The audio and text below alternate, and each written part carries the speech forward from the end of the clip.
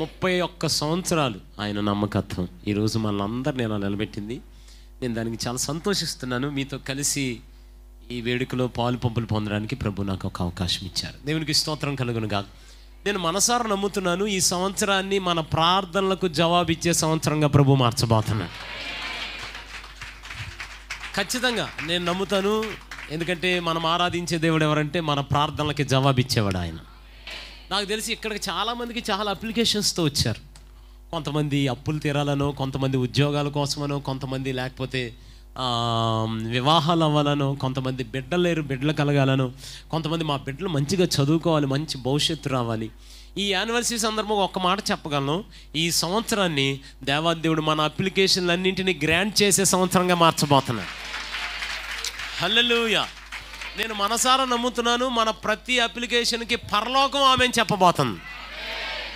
ఇప్పటికే ఇక్కడ దేవుడు పరలోకాన్ని తెరిచాడు. ఆ పరలోకం నుండి ప్రతి అప్లికేషన్కి జవాబు రాబోతుంది. నిజమండి. ఎందుకంటే మనం ఆరాధిస్తున్న దేవుడు, మనం ప్రకటిస్తున్న దేవుడు ఎవరంటే ప్రార్థన ఆలకించే దేవుడు ఆయన. ప్రార్థన ఆలకించడం కాదు, ప్రార్థనలు ముగియక ముందే జవాబు ఇవ్వగలిగిన వాడు ఆయన. పరిశుద్ధ గ్రంథంలో ఒక అబ్బాయి ఉన్నాడు. He is most failure person. కనీసం సొంత తల్లి కూడా నమ్మలేకపోయింది ఆ అబ్బాయి సక్సెస్ అవుతాడంటే. అటువంటి వ్యక్తి జీవితంలో దేవుడు ఎలాంటి కార్యం చేశాడు. నేను ఎక్కువసేపు మాట్లాడాను, కొద్ది నిమిషాలు ప్రభు నా హృదయంలో పెట్టిన 2 మాటలు మీతో పంచుకుని వెళ్తాను. మొదటి దినవృత్తాంతముల గ్రంథం కొన్ని 100 సార్లు మీరు చదివారు, కొన్ని 100 సార్లు ధ్యానం చేశారు, కొన్ని 100 సార్లు దేవుడు తన దాసుల ద్వారా మనతో మాట్లాడారు. 4వ అధ్యాయం మొదటి దినవృత్తాంతముల గ్రంథం 4వ అధ్యాయం 9వ వచనాన్ని 9, 10 వచనాలు అందరం కలిపి చదువుతున్నాం. Ready, 1, 2, 3 start. ఏమండి, అలా కాదు, గట్టిగా చదవాలి. Ready, 1, 2, 3 start. దేవుడు అతడు చేసిన మనవిని అతనికి దయచేసెను. ఆమేన్ అనండి ఒకసారి. అతడు అన్న దగ్గర మీ పేరు రాసుకోండి. రైట్, ఇప్పుడు మీ పేరు పెట్టుకుని ఆ ఒక్క లైన్ చదువుదాం. దేవుడు జార్జ్ బుష్ మనవి చేసిన దాన్ని జార్జ్ బుష్కి దయచేసి చెప్పారా? చెప్పిన వారందరికీ పరలోకం ఆమేన్ అనబోతాం. మరలా చదువుదాం, నా వెనక చెప్పండి. దేవుడు నేను చేసిన మనవిని నాకు దయచేసాను. రైట్, కొంచెం వినండి, నా వైపు చూడండి. పరిశుద్ధ గ్రంథంలో ఒక అధ్యాయం ఉంది, యోనా గ్రంథం 2వ అధ్యాయం. ఇంటికి వెళ్ళిన తర్వాత చదవండి. ఆ అధ్యాయాన్ని పరిశుద్ధాత్ముడు ప్రార్థనతో ప్రారంభించాడు. ఎలా ప్రారంభించాడు? ప్రార్థనతో. చాలా అద్భుతం ఏంటంటే ఆ అధ్యాయం ముగిసే లోపలే దేవాదేవుడు ఆ ప్రార్థనకి జవాబు ఇచ్చేశాడు. అధ్యాయం ప్రారంభం ఎలా ప్రారంభించబడింది? ప్రార్థనతో. ముగింపు, అధ్యాయం ముగింపు ప్రార్థనకి జవాబుతో ముగిసింది.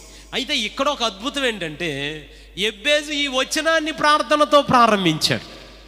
వచనాన్ని మనం ఆరాధిస్తున్న శక్తిగల దేవుడు ఎంత నమ్మదగిన వాడంటే ఈ వచనం ఇంకా ముగియలేదు, ఎబ్బేజు చేసిన ప్రార్థనకి పరలోకం ఆమేన్ చెప్పేసింది. దేవునికి స్తోత్రం కలుగును గాక. మంచిగా చెప్పాలి, హల్లెలూయా, హల్లెలూయా. దీన్ని బట్టి తేలుతున్న ఫలితార్థం ఏంటంటే మన ప్రార్థనలో కూడా పరలోకం నుండి గ్రాంట్లు రాబోతున్నాయి.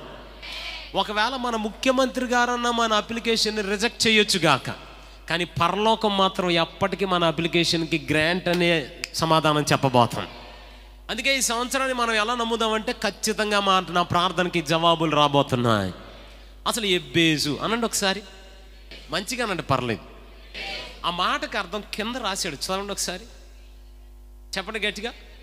వేదన అనండి, పర్లేదు, మంచిగా అనండి. ఇన్ని కోట్ల మంది ఉన్న ఈ జంట నగరాల్లో నిత్యము కొన్ని లక్షల మందితో కనెక్ట్ అయ్యే మీరందరితో ఒక ప్రశ్న. మీలో ఎవరైనా మీ పిల్లలకి ఎరా వేదన అని పేరు పెట్టారా?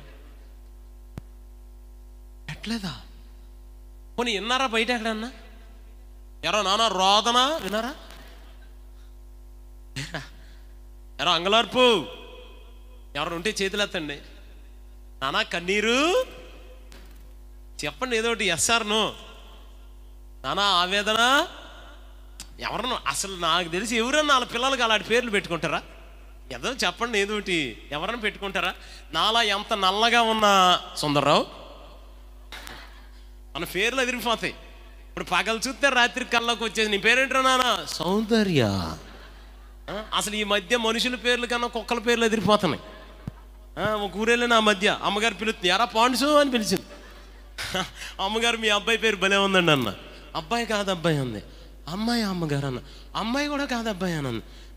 మరి ఎవరన్నా? ఈ లోపల నుంచి వచ్చింది నల్లగా బౌ బౌ అంటే నా దగ్గర. దాని పేరేంటంట? ఎంత బాగుంది కదా పేరు. ఆ రోజు నుంచి పాండ్స్ రాయటమే మానేశా. మీరు రాసుకోండి. హల్లెలూయా, దేవునికి స్తోత్రం చెప్పొచ్చుగా. పోనీ అక్కడ వరకు ఎందుకు? నా పేరేంటండి? నా పేరేంటి? పర్లేదు, గట్టిగా చెప్పండి. ఏ దేశానికి ప్రెసిడెంట్ అయినా అసలు నేను అవుతానా? ఏదో వెళ్ళి ప్రసంగం చేసి రాయడానికి తప్పితే ఆమె అనొచ్చుగా. నన్ను అసలు అక్కడ పోటీ చేయనిస్తారా? ఓటైనిస్తారా? గెలిచిన ఏళ్ళనిస్తారా? అంటే నా తల్లిదండ్రుల ఆశ ఏంటంటే నా కొడుకు అంత ఎదిగిపోవాలి. అందరి ఆశ ఏంటి? నా బిడ్డ నాకన్నా ప్రయోజకుడు అవ్వాలి. నేను కష్టపడుతున్నా, నా పిల్లల కష్టపడకూడదు. నేను ఇబ్బంది పడుతున్నా, నా పిల్లల ఇబ్బంది పడకూడదు. నేను సెలవులు అడిగే ఉద్యోగంలో ఉన్నాను. నా ప్రార్థన ఏంటంటే మన మందిరంలో అందరూ సెలవులు ఇచ్చే ఉద్యోగాల్లోనే ఉండాలి. ఆమె అంటలా మరి మీరు అన్నారు. హల్లెలూయా. యానివర్సరీకి మన సెలవు చీటీ మనం రాసుకుని, మన స్టాంప్ మనం వేసుకుని, మన సంతకం మనం పెట్టుకుని వచ్చేయాలి మందిరానికి. అందరూ అనండి, పర్లేదు. దేవునికి స్తోత్రం కలుగును గాక. అంతే, అందరూ ఆశ లాంటిది. కానీ ఈ తల్లి అంటూ తన కుమారునికి వేదన అని పేరు పెట్టింది. సాధారణంగా కొంచెం చరిత్రలోకి వెళ్దాం. ఎబ్బేజు అనండి. ఎబ్బేజు అన్నది ఒక ఊరు పేరండి. ఒక ఊరు పేరు. ఆ పక్క పేరాలోనే లైన్కి ఎడం ప్రక్కన 2వ అధ్యాయం 55వ వచనం చదువుదాం అందరం కలిపి. Ready, 1 2 3 start. ఎబ్బేజులో, అందరూ చదవచ్చు కదండి, తెలుగు వచ్చు కదా. ఎబ్బేజులో కాపురం ఉన్న అనండి ఒకసారి గట్టిగా.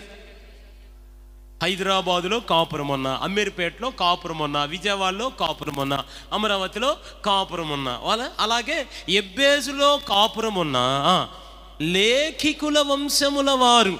ఏ వంశాలట అవన్నీ? నా వైపు చూడండి. ఇక ఎబ్బేజులో అందరూ ఎవరుంటారు? లేఖికులు అనగా శాస్త్రులు, లేకపోతే నా భాషలో చెప్పాలంటే మీకు అర్థం అవ్వాలంటే స్క్రైబ్స్, తెలుగులో చెప్పాలంటే రచయితలు. ఆ ఊర్లో ఏ గడప తొక్కినా అందరు రచయితలే. ఏ ఇంట్లోకి వెళ్ళినా రచయితలే. ఎక్కడ నిలబడినా రచయితలే. ఒక్కొక్క ఊరు ఒక్కొక్క దానికి ఫేమస్ అండి. హైదరాబాద్ దేనికి ఫేమస్? అది బిర్యానీ అనగానే వచ్చింది ఉద్యమం, అవునా కదా. బొంబాయి దేనికి ఫేమస్? బిజినెస్కి ఫేమస్. ఢిల్లీ దేనికి ఫేమస్? చలికి ఫేమస్. విజయవాడ దేనికి ఫేమస్? ఇలా ఒక్కొక్క ఊరు. ఒక నూజివీడు మామిడికాయకి ఫేమస్. పినకడి మన ఒక ఊరు ఉంటుంది ఏలూరు దగ్గర. ఆ ఊరు నిండా జ్యోతిష్యులే. మీరు ఏ తలుపు కొట్టండి అందులో ఊరంతా జ్యోతిష్యం చెప్పేవాళ్ళు. అలా ఒక్కొక్క ఊరు ఒక్కొక్క దానికి ఫేమస్. అలాగే ఎబ్బేజ్ అన్న ఊరు దేనికి ఫేమస్ అంటే రచయితలకు ఫేమస్. భూమి మీద ఎక్కడ లేని ఘనత ఒక్క రచయితకే ఉంటుందండి. అందుకే పద్మశ్రీ, పద్మవిభూషణ్ అవార్డులన్నీ రచయితలకు ఉంటాయి.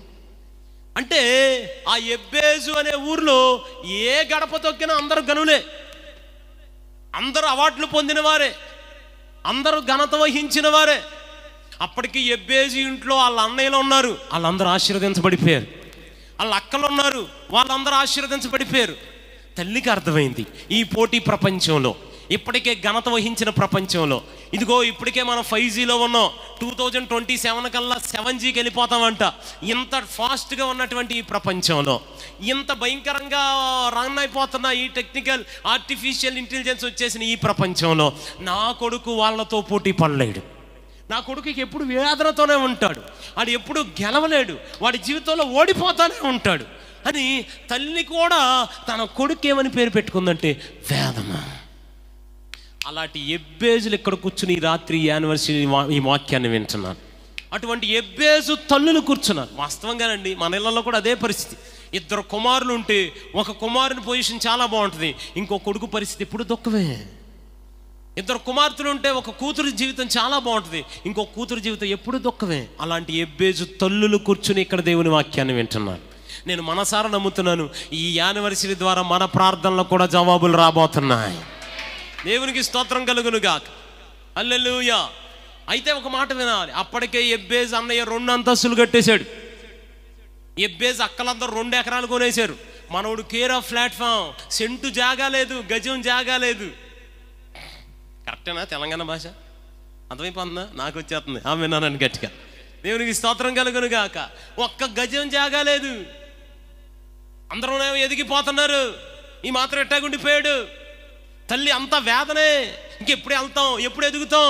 అయితే ఒక మాట తెలుసండి, ఎబ్బేజు ఎప్పుడు నిరాశ పడలా. అన్నలు ఎదిగిపోతున్నారని, పక్కవాడు ఎదిగిపోతున్నాడని, నాకన్నా చిన్నోళ్ళు బాగా పైకి వచ్చారు, ఎప్పుడు నిరాశ పడలా, ఎప్పుడు అసూయ పడలా, ఎప్పుడు ఈర్ష తెచ్చుకోవాలా, ఎప్పుడు కోపం తెచ్చుకోవాలా, ఎప్పుడు నిరాశ పడలా. అలాగని అందరి దగ్గరికి వెళ్ళి చేతులు చాపుని అడుక్కోవాలా. నేను ఒక మాట చెప్పనా, ఎబ్బేజు ఏం అలవాటు చేసుకున్నాడు, ఆయన ఓడిపోయినా, ఆయన వెనకబడిపోయినా, ఆయన ఏమీ లేనివాడికి ఉండిపోయినా, ఎవరి దగ్గరికి వెళ్ళి చేతులు చాపడం అలవాటు చేసుకోలేదు. తన గదిలోకి వెళ్ళి యేసయ్య దగ్గర 2 చేతులు ఎత్తడం నేర్చుకున్నాడండి ఎబ్బేజు. మంచిగా చప్పలు కొడుతూ ఆమెన్ అనొచ్చుగా, గట్టిగా చప్పలు కొడుతూ ఆమెన్ చెప్పండి. దేవునికి స్తోత్రం కలుగును గాక. గదిలోకి వెళ్ళి 2 చేతులు ఎత్తడం నేర్చుకున్నాడు. ప్రభు కృపను బట్టి నేను ఒక మాట చెప్పగలను, మనం ఆరాధిస్తున్న దేవుడు ఎంత గొప్పవాడంటే, మనం గదిలోకి వెళ్ళి మోకాళ్ళు వేసి చేతులెత్తి మరలా ఆ చేతులు దింపి మోకాళ్ళు లేచి తలుపు గెడ తీసే లోపలే మన ప్రార్థనకి జవాబు అవ్వగలిగిన దేవుడిని మనం ఆరాధన. మంచిగా చప్పలు కొడుతూ ఆమేన్ అనగలరా? దేవునికి స్తోత్రం కలుగును గాక. హల్లెలూయా, హల్లెలూయా. ఇప్పుడు అందరం కలిపి ఆయన చేతులు ఎత్తడం నేర్చుకున్నాడు. ఏం జరిగిందో మొదటి దినవృత్తాంతం 4వ అధ్యాయం 9వ వచనం అందరూ చదవాలి, గట్టిగా చదవాలి. Ready, 1 2 3 start. ఎబ్బేజు ఎవరికంటే, గట్టిగా చెప్పొచ్చుగా, ఇంకొంచెం గట్టిగా, కుర్చీలో ఉన్నవారు కూడా గట్టిగా చెప్పండి. ఎవరికంటే, అప్పటికే ఘనత పొందిన వారికంటే, పోటీ ప్రపంచంలో ముందుకు వెళ్ళిపోయిన వారికంటే, అన్ని విషయాల్లో ఘనత పొందేసిన వారికంటే, అన్ని విషయాల్లో ముందుకు వెళ్ళిపోయిన వారికంటే ఆమేన్ అనండి ఒకసారి గట్టిగా. ఇప్పుడు చదువుదాం. ఎబ్బేజు తన సహోదరుల కంటే ఘనము పొందిన వాడై ఉండెను. 2 చేతులు పైకెత్తి ఆమేన్ అనొచ్చుగా ఒకసారి గట్టిగా. 2 చేతులు అల్లాడిస్తూ ఆమేన్ ఆమేన్, ఆగకుండా అనాలి. ఆమేన్ ఆమేన్ ఆమేన్ ఆమేన్, అందరూ అనాలి. ఆమేన్ అనాలి, ఆమేన్ చెప్తూనే ఉండాలి, ఆమేన్ చెప్తూనే ఉండాలి. అమ్మ మనం ఆమేన్ అంటుండగానే, మనం చేతులెత్తి ఆమేన్ చెప్తుండగానే, స్వరం ఎత్తి ఆమేన్ అంటుండగానే, ఇదిగో పరలోకాన్ని ఇప్పటికే ఈ ప్రాంతం మీద తెరిచిన దేవాది దేవుడు. మన పరిస్థితులు ఏమున్నాయో నాకు తెలియదు, మన జీవితం ఎలాంటిదో నాకు తెలియదు, మీరు ఏ నిరాశతో ఇక్కడ ఉన్నారో నాకు తెలియదు, కానీ ఎబ్బేజుని అందరికన్నా ఘనపరిచిన దేవుడు ఈ రాత్రి నేను నమ్ముతున్నాను మనల్ని కూడా ఈ రాత్రి దేశం యొక్క ఉన్నత స్థలముల మీద ఘనపరచుచుండగా 2 చేతులు పైకెత్తి థ్యాంక్ యూ జీసస్ అని చెప్తారా? థ్యాంక్ యూ జీసస్, హల్లెలూయా హల్లెలూయా. అందుకే దావీదు బహుశా అందుకని ఉంటాడు, నేను ఎల్లప్పుడూ యెహోవాను. సొంత తల్లి నమ్మట్లా నిన్ను, దేవుడు సక్సెస్ ఇస్తాడు. అసలు నిన్ను నమ్మి మంచి పేరు కూడా పెట్టలేకపోయారు, ఆయన భయం ఏమి లేదు, చేతులు ఎత్తితే దేవుడు ఏదో ఒకటి చేస్తాడు. హల్లెలూయా. అందుకే దావీదుకి అదే అలవాటు. అరణ్యంలో ఉన్న పాటే, రాజసింహాసనం మీద ఉన్న పాటే, భార్య నిందించిన పాటే, కొడుకు చంపడానికి వచ్చినా గట్టిగా చెప్పండి, ఎక్కడికి వెళ్ళినా పాటే, చివరికి పాపం చేసినా పాటే. నిజమండి బాబు. ప్రకాష్ యసుడి అని గారు ఒక దైవజనుడు ఉన్నాడు. 24 గంటల కడుపులు నొప్పి వచ్చి ఆపరేషన్ చేయించుకోవడానికి వెళ్ళాడు. వెళ్తే ఆపరేషన్ బాగానే చేశారు, కడుపు నొప్పి తగ్గట్లా. ఏందబ్బా మళ్ళీ కడుపు నొప్పి వస్తుందని మళ్ళీ వెళ్ళారు హాస్పిటల్గా. ఈ డాక్టర్లు ఒప్పుకోరుగా, వాళ్ళ మిస్టేక్, విషయం లేదు. లోపల దారం మర్చిపోయి కుట్లు వేసారు. వెంటనే స్కాన్ చేశారు, స్కాన్ చేసి దాన్ని ఏమంటారు, మళ్ళీ ఆపరేషన్ చేయాలి, చిన్న పొరపాటు ఉంది, అది మళ్ళీ నీలో నుంచి ఉందని చెప్పి మళ్ళీ ఆపరేషన్ చేశారు.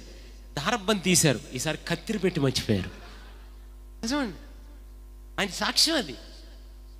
సరే మళ్ళీ తగ్గట్లా, మళ్ళీ వచ్చాడు, మళ్ళీ స్కాన్ చేశారు, మళ్ళీ స్కాన్ చేసి ఈసారి గ్లౌజ్ మర్చిపోయారు. మరి దేవుడు అనుమతించి ఉంటాడేమో కానీ ఒకసారి అలా డి మేజర్ పట్టుకుంటారా, లైట్ పియానో. ఆ తర్వాత మళ్ళీ వచ్చాడు. సాధారణంగా ఉదర భాగానికి 3 ఆపరేషన్లు ఎవరికైనా. మీరు నమ్మండమ్మా, చాలా చిన్న ఆపరేషన్ 5 ఆపరేషన్లు చేశారు ఆయనకి. మరణ పడక మీద ఉన్నాడు, చచ్చిపోతాడు రేపు ఎల్లుండు అని చెప్పేశాడు డాక్టర్స్. అక్కడ మరణ పడక మీద ఉండి పాట రాశాడండి. మేజరా ఆయన రాశాడు, మరణ పడక మీద నుంచి ఒక పాట మీ అందరికి తెలుసు. పరమా జీవము నాకు నీవా, తిరిగి లేచెను నాతోనుండా, పరమా జీవము నాకు నివా. తిరిగి లేచెను నాతోనుండా, నిరంతరం నడిపించును, మరల వచ్చి యేసుకొని పోను. పాడొచ్చుగా.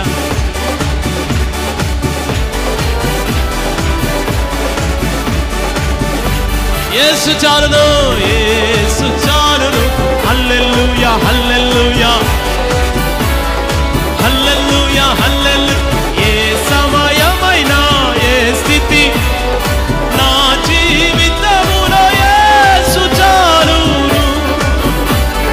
నరులెల్లరూ నన్ను విడచినను, శరీరము కుల్లి కృషించినను. పాడాలే.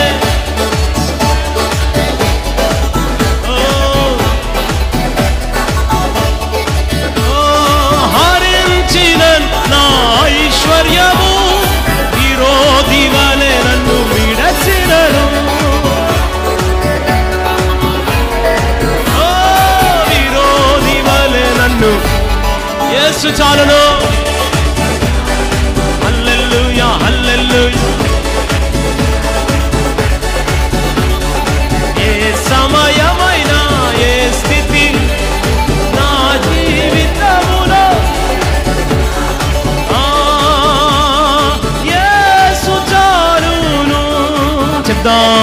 యేసు చాలు చాలును.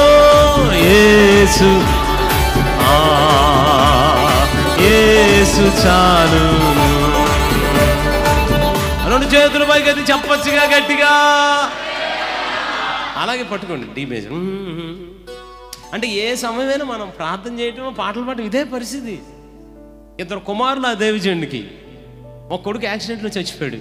చాలా నమ్మకంగా సేవ చేశాడు ఆ దైవజన్. ఒక్క రూపాయి కూడా దాచుకోవాలి, ఒక్క సెంటు స్థలం కూడా కొనుక్కో, ప్రతి రూపాయి దేవుని పనికి ఖర్చు పెట్టాడు ఆ దైవజనుడు. రెండో కుమారుడు రోడ్డు యాక్సిడెంట్లో చచ్చిపోయాడు. ఆ బాబు అంటే మహా ఇష్టం ఆ పాస్ గారికి.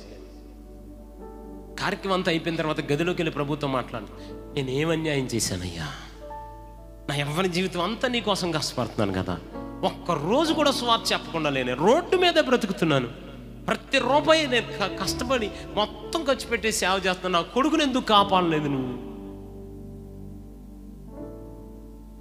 అని అడగగానే వెంటనే అలిగేసి పడుకుని పోయాడు. ఆ రాత్రి పరిశుద్ధాత్ముడు దైవజనునితో దర్శనంలో మాట్లాడతాడు. ఇద్దరు కొడుకులుంటే ఒక్క కొడుకు చనిపోతేనే నువ్వు అలా అంటున్నావు నాన్న, మరి నాకు ఒకే ఒక్క కొడుకు, ఆ ఒక్క కొడుకుని మీ అందరి కోసం నేను బలిగా పంపించలేదు, ఎలా వదిలేసావు నన్ను అని అంటే వెంటనే మోకాళ్ళు వేసి రాశాడు, God is good all the time, he put a song of praise in this heart of mine. God is good all the time, through the darkest night his light will shine. God is good all the time, God is good. చెప్పండి పర్లేదు. God is good all the time. He put a song of praise in this heart of mine. God is good all the time, through the darkest night his light will shine. God is good all the time.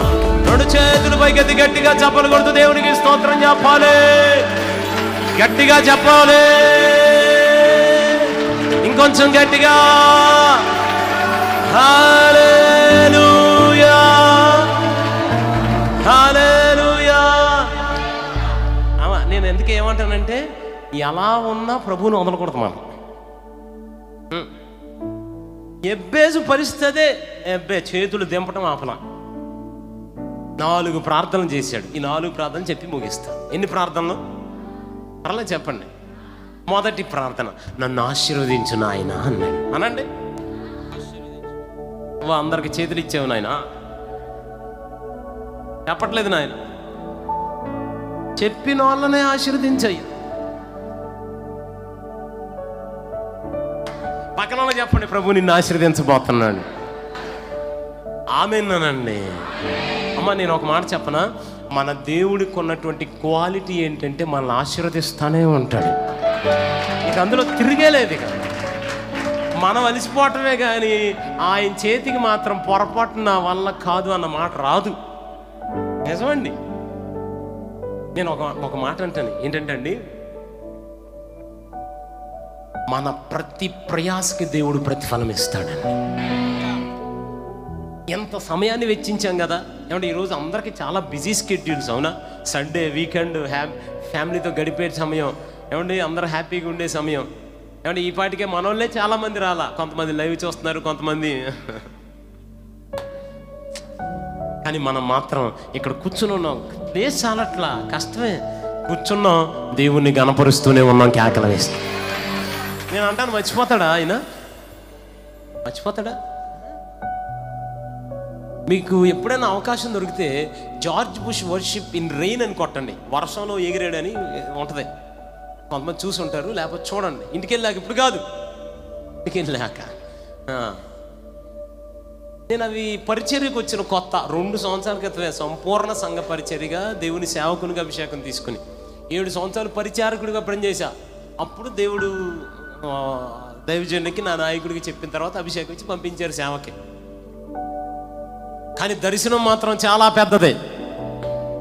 వచ్చిన దగ్గర నుంచి నా పని ఏంటంటే, జేబులో రూపాయి లేదు, కానీ ఎక్కడ స్థలం అమ్మబడును అన్న వెళ్ళిపోయి బేరం ఆడేసేవాడిని.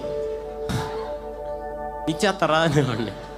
మళ్ళీ నా ప్రార్థన ఏంటి, నాయనా నువ్వు పిలిస్తే వచ్చా, ఎట్టబడితే అట్ట ఉండకూడదు, 5,000 మంది పట్టాలి, అంత స్థలం అయితే నువ్వు అనేవాడిని. ఆమె నానండి వెళ్ళిపోయి బేరం ఆడేసేవాడిని. ఆడే కానీ వెంటనే అనేవాడు, అడ్వాన్స్ ఎప్పుడు ఇచ్చేస్తాననేవాడిని. ఒట్టిదే రూపాయి ఉండేది కాదు. ఎప్పుడు రిజిస్ట్రేషన్ 3 నెలల్లో పెట్టుకుంటావా? 3 నెలలు ఎందుకు, నెలలో పెట్టేస్తానేవాడిని పనంగా. ఎందుకంటే జార్జి ముల్లర్ చరిత్ర చదివాను, బాగా విశ్వాసం. అలా తిరుగుతూ ఉండేవాడిని. ఒక పెద్ద స్థలం దొరికింది, భలే నచ్చింది. వెళ్ళిపోయి ఎంతకిస్తారన్నా, చాలా తక్కువలో ఇచ్చేస్తాను నీకైతే అన్నాడు. నిజం చెప్తున్నాడు, లేకపోతే నేను సరదాగా ఉన్నట్టు అటు చెప్తున్నాడు ఏమో అనుకున్నాను. సరే, మొత్తానికి బేరం ఆడేసాను. బేరం అయిపోయింది, పలానా తగ్గిపోయింది, పలానా రోజు వచ్చి అడ్వాన్స్ ఇచ్చేస్తానని చెప్పేసా. ఒట్టిదే మనం ఫోన్ వేస్తాం ఏంటి. రాజన్నకి అర్థమైంది నా పరిస్థితి. సారీ అన్న, ఏం చేయలేను నేను. దేవుడికి స్తోత్రం కలుగును గాక. హల్లెలూయా. ఎందుకో దేవుడు ఒకరోజు ఆగస్టు 17 అండి, గుంటూరు పట్టణంలో మీటింగ్ జరుగుతుంది. సడన్గా వర్షం వచ్చింది. సౌండ్ సిస్టమ్ వాళ్ళు తీట్లా అన్న ఆరాధన చేసేయి అంటున్నారు, మ్యూజిక్ వాళ్ళు తీట్లా ఆరాధన చేసేయి అన్న, తగ్గిపోద్దలే. సరే తగ్గిపోద్దలే అని మొదలెట్టగానే 15 గంటలో తగ్గుద్దంటే పెరిగిపోయింది. ఇంకా తగ్గట్లా. ఇప్పుడు ఆపకూడదు, అరగంట ఆగట్లా, గంట ఆగట్లా, 2.5 గంటలు ఎగురుతానే ఉన్నా. నిజమండి, 2.5 గంటల ఆరాధన అయిపోయిన తర్వాత చెమటలు పట్టేసినాయి, చెమటల్లో. అప్పుడు నా ఆత్మీయ నాయకులు దైవజనులు అక్కడ నాకు వాట్సాప్ మెసేజ్ పెట్టారు. ఆయన కూడా తడిసిపోతూ, నాన్న నీ ప్రతి చెమట బొట్టుకు దేవుడు ప్రతిఫలం ఇస్తాడు అన్న. నేను ఆ మాటని రిసీవ్ చేసుకుని ఆమెన్ అనేసాను. ఆగస్టు 17 నమ్మండి, ప్రభుపేట గొప్ప చెప్పట్లేదు, ప్రభు సన్నిధిలో చాలా దీన మనసు, ఆయన మహిమార్థం చెప్తున్నా. ఎందుకంటే గొప్ప చెప్పుకునేవాడిని అయితే నేనే యూట్యూబ్లో నా పాటలు పెట్టుకుని నేనే బయటకు వచ్చి, అది పెద్ద విషయం కాదు. విన్నారండి, అసలు గొప్ప చెప్పుకునే అలవాట్లు ఎప్పుడూ లేవు నాకు. ఇక ముందు ఎప్పుడు రాకుండా ఉండాలని ప్రార్థన చేయండి, ఆమె అన్నాను. దేవునికి స్తోత్రం కలుగును కాదు. మన వల్ల ఏమీ కాదు, మనం ఏమై ఉన్నామో అది కేవలం దేవుని కృప మాత్రం. ఆగస్టు 17 ఆ రోజు ఆ మెసేజ్ దైవజనుడి నుంచి నేను రిసీవ్ చేసుకున్నాను. నమ్మండి, సెప్టెంబర్ 17కి దేవుడు మా పరిచర్యలకు ఆ స్థలాన్ని రిజిస్ట్రేషన్ చేయించేశాడు. దేవునికి స్తోత్రం కలుగునుగా. అంటే నేనేమంటానంటే, అమ్మ నేను ఒక మాట చెప్తాను. చాలామంది యవన బిడ్డలు ఉన్నారు, చాలామంది పెద్దవారు ఉన్నారు. మన జీవితంలో మొట్టమొదటిది ప్రభువుకి ఇస్తే ప్రభు దాన్ని గుర్తు పెట్టుకుని ఆశీర్వదిస్తాడు. నిజమండి. రోజులో మొదటి గంట ఎవరికి ఇవ్వాలి? గట్టిగా అందరూ చెప్పట్లా. మన మొదటి స్థానం ఎవరికి ఇవ్వాలి? మొదటి ప్రేమ ఎవరికి ఇవ్వాలి? అందుకే ఎఫెసీ సంఘానికి ప్రకటన గ్రంథంగా రాస్తున్నాడు, నువ్వు మొదటి ప్రేమ మొదటి స్థానం కోల్పోయావని చెప్పాడు. అందుకే మొట్టమొదటిది మన జీవితంలో ఎవరిదే? దేవునిదే. ఇప్పుడు చాలామంది యవన బిడ్డలు ఉన్నారు, మీ అందరికి ₹1,00,000 జీతాలు వచ్చే ఉద్యోగాలు వచ్చేస్తున్నాయి. అందరూ ఆమె అన్నారా? మొదటి జీతం ఎక్కడ తేవాలి? అంతే. అంతే, అందులో తిరిగేలేదు. హల్లెలూయా అనండి గట్టి మంచిగా ఆమె అనండి. మరి బైబిల్లో నుంచే చూపిస్తా. సారేపతు విధవరాలు అనండి. కరువు వచ్చింది, అత్తగారు ఇంటికి రానవట్లా, అమ్మగారు కూడా ఇంటికి రానవట్లా. సరే అలా నిలబడి ఉండిపోయింది. అలా నిలబడి ఉండిపోగానే కొడుకు దగ్గరికి వెళ్ళింది. ఒక్క అప్పమే ఉంది, ఒక్క అప్పమే. కొడుకు దగ్గరికి వెళ్ళి కొడుకా అంది. ఏంటి మమ్మీ అన్నాడు. ఒక్క అప్పం ఉంది, అది తిని రేపు చచ్చిపోదాం అంది. సరే అమ్మ అన్నాడు. అప్పం వేసింది. ఈలోపు పాస్టర్ గారు వచ్చేసారు. ఎవరు వచ్చారు? పాస్టర్ గారు వచ్చారు. పాస్టర్ గారు వచ్చి ఏమడిగాడు తెలుసా? అమ్మా అన్నాడు. ఏంటయ్యా? నీ మొదటి అప్పం నాకు ఇస్తావా అన్నాడు. బాగా చదవాలి దేవుని వాక్యం. మొదటిది నాకు ఇస్తావా అని అన్నాడు. అమ్మా ఓ మాట అడగనా? మీరైతే ఏమంటారు? యథార్థం చెప్పండి. అసలు ఎంత చక్కగా చెప్పేసావు తల్లి అని చెప్పేశారు అమ్మగారు. నిజమే. ఇంకా మీరు మంచిగా నవ్వుతా చెప్పారు. మా వాళ్ళు అనుకో ఏమంటారు తెలుసా? 6 అడుగులు ఉన్నావు, కాస్త పడలేవా? చంపల మీద గెడ్డం కూడా వచ్చిందిగా, పని చేసుకోలేవా? వాచ్ కూడా పెట్టావుగా, నన్ను అడుగుతావేంటి అని అంటారు. కానీ ఆ తల్లి అలా చేయలా. ఏం చేసింది తెలుసా? దేవుని సేవ కొరకు, సేవకుని కొరకు, పరిచయం కొరకు తన కడుపులోది కూడా తీసి ఖర్చు పెట్టేసిందండి ఆ రోజున. దేవుడు మర్చిపోయాడా? ఏదో చెప్పండి. కొండ కడిగేసింది. కొండ కడిగేసి అక్కడ పెట్టేసింది, బోర్లించేసింది. ఇటు పక్క వెళ్ళింది, గుడ్డికి కడిగేసింది, మొత్తం అయిపోయింది. అలా వెళ్తుంది. అలా వెళ్తాడుగా నల్లగా ఉన్న కొండ తెల్లగా కనపడుతుంది. మంచిగా ఆమెన్నానండి. కానీ అందులోకి ఏమొచ్చింది చెప్పండి గట్టిగా, కొంచెం మంచిగా అనండి. మళ్ళీ ఇటు వచ్చి చూసింది. ఇటు వచ్చి చూడగానే బుడ్డిని చూసింది. బుడ్లోకి ఏమొచ్చింది? నూనె. అటేమొచ్చింది, ఇటేమొచ్చింది. వెంటనే కొడుకు దగ్గరికి వెళ్ళింది. కొడుకా ఉంది. ఏంటి మమ్మీ అన్నాడు. మన సావు రేపుడికి వాయిదా పడిందిరా. ఏమమ్మీ అప్పం వచ్చేసింది అన్నాడు. ఆ రోజు అయిపోయింది. మళ్ళీ కొండ తిప్పేసింది, కడిగేసింది. పొద్దున మొహం కడుక్కుంటుంది. తిప్పబడి ఉన్న కొండ మళ్ళా తిరగేసి ఉంది. మళ్ళీ వెళ్ళింది. మళ్ళీ నల్లగా ఉన్న కొండ చెప్పట్లా అసలు. మీరు ఏమొచ్చింది అందులోకి? మళ్ళీ ఎందుకు ఇటు వచ్చి చూసింది. ఇక్కడ రాగానే బుడ్లోకి ఏమొచ్చింది గట్టిగా చెప్పండి. కొడుకు దగ్గరికి వెళ్ళింది. కొడుకా ఉంది. ఏంటి మమ్మీ అని అన్నాడు. మన సావు మళ్ళీ రేపటికి వాయిదా పడిందిరా. అమ్మ మీకు వచ్చింది తెలుసా? రాజుగారి పస్తు, రాజుగారి భార్య గారి పస్తు, ప్రధానమంత్రి పస్తు, ముఖ్యమంత్రి పస్తు, డబ్బులో ఉన్న ఆహారం కొనుక్కోలేని పరిస్థితి. కానీ మొదటి స్థానాన్ని, మొదటిది దేవునికి ఇచ్చిన ఈ తల్లి ఇంట్లో ఆమె నానండి గట్టిగా. ఇటు పక్క ఏమొచ్చింది గట్టిగా చెప్పాలి. ఇటు పక్క ఏమొచ్చింది? ఇటేం వస్తా ఉంది, ఇటేం వస్తా ఉంది, ఇటేం వస్తా ఉంది. అందరూ అంటారు పిండూరుంది, నూరూరింది. కాదు కాదు, నేను అంటాను దేవుడు ఆ విధవరాలు ఇంట్లో 2 ఫ్యాక్టరీలు ప్రారంభించేశాడు. ఒకటేమో పిండి ఫ్యాక్టరీ, ఇంకోటేమో చెప్పట్లా మీరు. ఒకటేమో పిండి ఫ్యాక్టరీ, ఇంకోటేమో నూనె ఫ్యాక్టరీ. నేను నమ్ముతున్నాను ఇక్కడ మీలో చాలామంది సొంత ఫ్యాక్టరీలు పెట్టబోతున్నా. నమ్మిన వారే ఆమె చెప్పండి. అందరూ ఓపెనింగ్కి మిల్టన్ అయ్య గారు రాబోతున్నారు. వారి చేతుల మీద రిబ్బన్కి వస్తారు. పిలిస్తే నేను కూడా వస్తాను. అమ్మ మీ పేరు మీదే పెడతారు అనండి గట్టిగా. హల్లెలూయా. పారిశ్రామికవేత్తలందరూ మందిరాలకు పరిగెత్తుకుంటూ రాబోతున్నాను. హల్లెలూయా, హల్లెలూయా. నా సొంత మాట కాదండి, బైబిల్లో ఉందా మాట. 17వ అధ్యాయంలో ఇంటికి వెళ్ళిన తర్వాత కరెక్ట్గా చదవండి. 17వ అధ్యాయంలో 8వ వచనంలో ఆ విధవరాలు అన్నాడు. 17వ వచనానికి రాగానే ఆ యజమానురాలు అని రాశాడు. పరిశుద్ధాత్ముడు ఏది రాసినా లెక్క ఉంటుంది. 8వ వచనంలో విధవరాలను సంబోధించాడు. సరిగ్గా 10 వచనాలు అవల 17వ వచనం నుంచి యజమానురాలు, యజమానురాలు, యజమానురాలు ఆమె అన్నారు. వీళ్ళందరూ దేనికి యజమానురాలు? ఫ్యాక్టరీలకు యజమానురాలు ఆమె అన్నానండి. ఒకటి పిండి ఫ్యాక్టరీ ఆమె అని చెప్పండి, ఒకటేమో నూనె ఫ్యాక్టరీ ఆమె అని చెప్పండి. మన మందిరంలో కూడా సొంత ఫ్యాక్టరీలు ఉండాలి. హల్లెలూయా, దేవునికి స్తోత్రం. అంటే మొదటి స్థానాన్ని ప్రభువుకి ఇవ్వడం చాలా అవసరం. పోనీ మీకు ఇంకోటి చెప్తా ఎందుకు వచ్చింది. అబ్రహాము అనండి. అబ్రహాం ఇంటికి దేవుడు వెళ్ళాడు. ఆదికాండం 18వ అధ్యాయం. ఎంతమంది వెళ్ళారు? 3 వెళ్ళారు. కానీ వారిని అబ్రహాం ఏమని సంబోధించాడు తెలుసా? ప్రభువా. 3 వెళ్ళారు కానీ ఏకవచనంతో సంబోధించాడు. త్రియేక దేవుడు. అది వేరే టాపిక్. ఎప్పుడన్నా వచ్చినప్పుడు మాట్లాడుకుందాం. ఆమెన్నానండి. ఆయన అని నీళ్ళు ఇచ్చాడు. నీళ్ళు ఇచ్చిన తర్వాత నేనే నీకు భోజనం ఏర్పాటు చేస్తానయ్యా అన్నాడు. సరే అన్న. ఆడ కూర్చోమ్మా. అమ్మా శారమ్మా అన్నాడు. అని అనగానే అమ్మగారు వచ్చేసారు. నువ్వు 3 మానికల పిండి కలుపు అన్నాడు. ఆమెన్ అనండి ఒకసారి. అంటే సుమారు 10 కేజీలు. ఎన్ని కేజీలు చెప్పండి, పర్లేదు.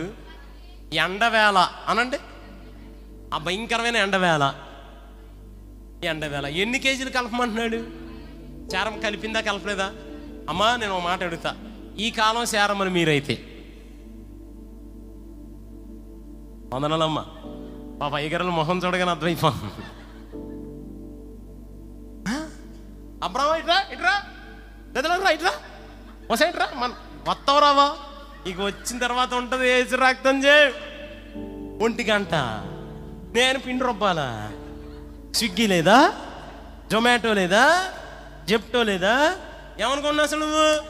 ఇప్పుడు వెళ్తే అసలు నా మేకప్ ఏమైపోవాలి. అందువల్లమ్మా కానీ శారమ్మ టన్లా 10 కేజీలు పిండి కలిపేసింది. పోనీ అక్కడతో అయిపోయిందా? బాగా వినాలి, అక్కడతో అయిపోయిందా? ఈ నెల ఒక పశువుని వేసుకొచ్చాడు ఏకంగా. అంటే సుమారు 30 కేజీలు. లేత పశువు అన్నారు 30 కేజీలు. నేను మళ్ళీ ఒక ప్రశ్న అడుగుతున్నా, వంటలు చేసేవాళ్ళు సమాధానం చెప్పండి. 3 చపాతీలు కావాలంటే ఎన్ని కేజీలు పిండి సరిపోద్దండి? పావు కేజీయా? సగం చపాతీ వేస్తారేందమ్మా? సరే 1 కేజీ హల్లెలూయా అన్నాను గట్టిగా. ఇప్పుడు 3 నాన్ వెజ్ పెట్టాలంటే ఎన్ని కేజీలు కావాలి అయ్యారు? 1 కేజీ సరిపోద్ది గట్టిగా, అవునా కదా? సరే నాలాంటి వంటేశ్వరం రానుడు 5-6 ముక్కలు వేసేస్తాడు కదా, 2 కేజీలు అంతే. 1 కేజీ 2 కేజీలు. ఎన్ని కేజీలు పిండి తెచ్చాడు? 10 కేజీలు. ఎన్ని కేజీలు నాన్ వెజ్ తెచ్చాడు? 30 కేజీలు. దేవాదేవుడు అండి, ఆయన సమర్పణ చూశాడు. ఆ రోజు విందు తిన్నాడు, గుర్తుపెట్టేసుకున్నాడు దేవుడు. ఎంత గుర్తుపెట్టుకున్నాడంటే, అబ్రాహాము తర్వాత ఇస్సాకు వచ్చాడు, ఇస్సాకు తర్వాత యాకోబు వచ్చాడు. యాకోబు 12 గోత్రాలు అయిపోయాయి. 12 గోత్రాలు 40 లక్షలు 30 లక్షల మంది అయిపోయారు. 450 సంవత్సరాల బానిసత్వం అయిపోయింది. దేవుడు ఐగుప్తు నుంచి విడిపించాడు. నిర్గమ 12లో పస్కా పండుగ అయింది. 13లో కొన్ని నియమాలు నేర్చుకున్నారు. 14లో ఎర్ర సముద్రం పాయలైపోయింది. 15లో అరణ్యయాత్ర ప్రారంభమైంది. ఎడారిలో నడిచారు, అరణ్యంలో నడిచారు. నేను ఒక ప్రశ్న అడిగినా, ఎప్పుడైనా ఎవరైనా ఆకలితో చచ్చిపోయారని చదివారా బైబిల్లో? మాట్లాడాలి. కర్రీ పాయింట్లో కొనుక్కున్నారని చదివారా? గట్టిగా చెప్పండి. స్విగ్గీలో ఆర్డర్ చేశారా? Yes or no? జెప్టో ఆర్డరా? చచ్చిపోయారా? వంట వండుకున్నారా? లేకపోతే కర్రీ పాయింట్లో కొనుక్కున్నారా? గట్టిగా ఎస్ ఆర్ నో? మరి ఎలా పోషించబడి? మీకు ఒక విషయం తెలుసా? వాళ్ళు అసలు దేవునికి ఇష్టలు గారట. పౌలయ్య గారు కొరింథీకి రాస్తూ 10వ అధ్యాయంలో అదే చెప్పాడు. వాళ్ళు అసలు దేవునికి ఇష్టలుగా లేరు. ఒకడేమో పాస్టర్ గారి మీద సనుగుతాడు, ఒకడేమో పాస్టర్ గారిని శోధిస్తాడు. కొంతమంది వ్యభిచారం అయిపోతున్నారు, కొంతమంది విగ్రహారాధన చేస్తున్నారు. అందుకే దేవుడు వాళ్ళని ఇష్టపడాలి. అయ్యా అసలు వాళ్ళంటే ఇష్టం లేదు కదా, మరి ఎందుకు పోషించా? ఎందుకు అంత పోషించా? అరణ్యంలో పోషించావు, ఎడారిలో పోషించావు. నాకు అప్పుడు అర్థమైంది, వీళ్ళని బట్టి కాదు, వీళ్ళ నీతిని బట్టి కాదు, వీళ్ళ భక్తిని బట్టి కాదు. వీళ్ళ తాత అబ్రహాం ఇంటికి దేవుడు ఒక రోజు వెళ్ళాడు. వెళ్ళగానే శక్తికి మించి పోషించాడు అబ్రహాం. ఆమెను చెప్పాలి గట్టిగా. సుమారు 500-600 సంవత్సరాలు దాటిపోయింది. ఆమెను చెప్పాలి గట్టిగా. 500-600 సంవత్సరాలు దాటిపోయిన తర్వాత ప్రభు గుర్తుపెట్టుకున్నాడు అబ్రహాము సమర్పణని. 500-600 సంవత్సరాలు దాటిపోయిన తర్వాత అబ్రహాము మనవ సంతానానికి ఆకలేసినప్పుడు ఆకాశాన్ని తెరిచి ఆహారాన్ని పంపించాడండి. బండను చీల్చి నీటిని పంపించాడండి. అమ్మ నేను ఒక మాట చెప్పనా? ఈరోజు మనం ప్రభు కొరకు నిలబడింది మీ తరతరాలకి ఆశీర్వాదకరంగా మారుస్తుంది. దేవునికి స్తోత్రం కలుగును కాదు. నేను ఒకటే మాట చెప్పి వెళ్ళిపోతున్నాను, మన దేవుడు మనల్ని ఆశీర్వదిస్తాడు. పక్కన వాళ్ళకి చెప్పండి, ఆశీర్వదిస్తాడు. మేము హల్లెలూయా అనండి గట్టిగా. స్తోత్రం చెప్పండి మంచిగా. మనల్ని ఆశీర్వదిస్తాడు ఆయన. చెప్పండి హల్లెలూయా. అయిపోయింది మొదటి ప్రార్థన. రెండో ప్రార్థనకి వెళ్తున్నాడు. మొదటి ప్రార్థనకి పరలోకం ఆమేన్ చెప్పింది.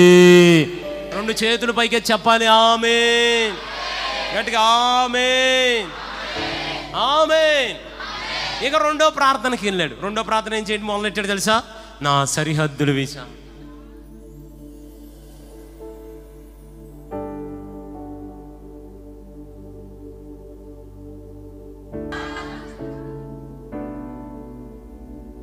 అందరు చేతులు చాపారు, నేను వదలను.